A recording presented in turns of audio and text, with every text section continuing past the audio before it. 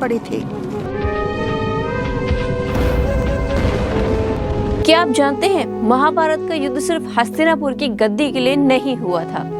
इसकी शुरुआत तो उस दिन हो गई थी जब पांडव और कौरव इस दुनिया में आए भी नहीं थे। एक श्राप, देवताओं का आशीर्वाद और 100 पुत्रों का चमत्कारी जन्म, यही वो घटनाएं थी जिन्होंने इतिहास के सबसे बड़े विनाशकारी युद्ध की नींव रखी। महाभारत केवल युद्ध की कहानी नहीं है, बल्कि यह भाग्य, कर्म, ईर्ष्या और धर्म की ऐसी गाथा है जिसकी शुरुआत राजमहलों में नहीं बल्कि जंगलों की वीरान वादियों में हुई थी। हस्तिनापुर के राजा पांडु एक पराक्रमी और न्यायप्रिय शासक थे, लेकिन एक दिन शिकार के दौरान उनसे ऐसी भूल हो गई जिसने उनके पूरे जीवन की दिशा ही बदल दी। वन में शिकार करते समय उन्होंने हिरण समझकर एक जोड़े पर बाण चला दिया, लेकिन वे साधारण हिरण नहीं थे बल्कि एक ऋषि और उनकी पत्नी थे जो मायावी रूप में थे। मृत्यु से पहले क्रोधित ऋषि ने पांडु को श्राप दिया कि यदि वे कभी अपनी पत्नियों के निकट जाएंगे तो उसी क्षण उनकी मृत्यु हो जाएगी। यही श्राप सुनते ही पांडु का संसार बदल गया। उन्होंने राजपाट त्याग दिया और अपनी दोनों पत्नी कुंती और माद्री के साथ हिमालय के घने जंगलों में तपस्वियों जैसा जीवन बिताने लगे। वनवास के दौरान अनेक ऋषि मुनि पांडु के आश्रम में पहुंचे। तब उन्हें पता चला कि कुंती के पास एक दिव्य मंत्र है जिसके द्वारा वह किसी भी देवता का आह्वान कर सकती है। ऋषियों ने कहा कि धर्म की रक्षा के लिए दिव्य शक्तियों से जन्म लेने वाले वीरों का पृथ्वी पर आना आवश्यक है। यहीं से शुरू हुई पांडवों के जन्म की अद्भुत कथा।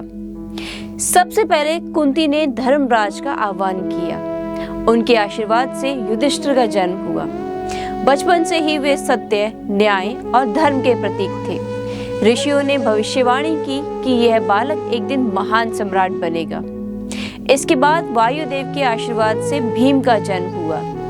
जन्म से ही उनमें असाधारण शक्तियां थी। कहा जाता था कि बचपन से ही उनकी ताकत साधारण मनुष्यों से कई गुना थी। फिर देवराज इंद्र के वरदान से अर्जुन का जन्म हुआ। अर्जुन के जन्म के समय ऋषियों ने घोषणा की कि यह बालक संसार का सर्वश्रेष्ठ धनुर्धर बनेगा। उधर माद्री ने अश्विनी कुमारों का आह्वान किया, जिनकी कृपा से जुड़वा पुत्र नकुल और सहदेव का जन्म हुआ।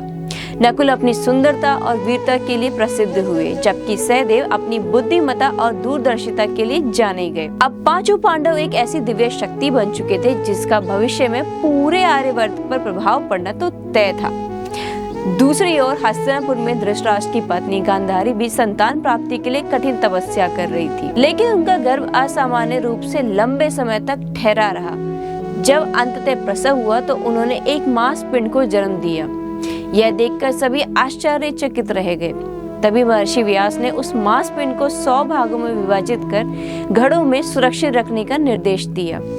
समय आने पर उन्हीं घड़ों में से एक एक करके 100 पुत्र और एक पुत्री का जन्म हुआ। सबसे पहले जन्मा दुर्योधन, लेकिन उनके जन्म के साथ ही अनेक अशुभ संकेत दिखाई दिए। विद्वानों और ज्योतिषियों ने चेतावनी दी कि यह बालक भविष्य में बड़े विनाश का कारण बन सकता है, मगर पुत्र मोह में धृतराष्ट्र ने इन चेतावनियों को अनदेखा कर दिया। पांडव और कौरव साथ बड़े हुए। उन्होंने एक ही गुरु से शिक्षा ली, एक ही मैदान में खेला और एक साथ युद्ध कला सीखी। लेकिन जहां एक और पांडवों में धर्म और विनम्रता थी, वहीं दूसरी ओर दुर्योधन के मन में ईर्ष्या और सत्ता की लालसा बढ़ती गई। धीरे धीरे यह प्रतिस्पर्धा दुश्मनी में बदल गई और फिर वहीं से दुश्मनी आगे चलकर कुरुक्षेत्र के महायुद्ध का कारण बनी। महाभारत हमें यह सिखाती है कि युद्ध तलवारों से पहले मन में शुरू होता है। पांडव और कौरवों की जन्म कथा केवल राजकुमारों की कहानी नहीं, बल्कि उस भाग्य की कहानी है जिसने पूरे इतिहास की दिशा ही बदल दी थी।